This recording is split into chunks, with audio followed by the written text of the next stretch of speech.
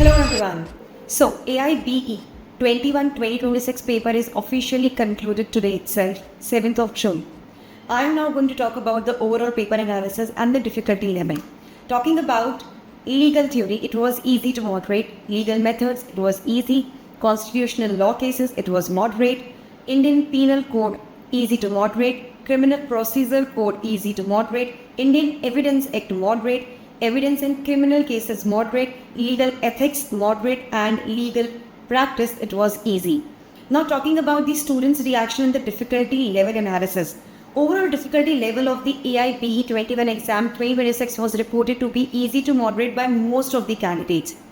A majority of the questions were direct, concept-based and derived from standard legal principles, making the paper approachable for well-prepared candidates. Questions from core subjects such as constitutional law, criminal law, contract law, CPC and evidence law were straightforward and based on fundamental concepts.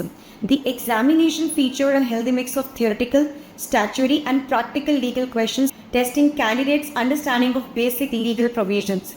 A limited number of questions required deeper conceptual understanding and application of legal principles, making them slightly challenging. Well, candidates who had thoroughly revised bare acts and previous year's questions found the examination particularly manageable.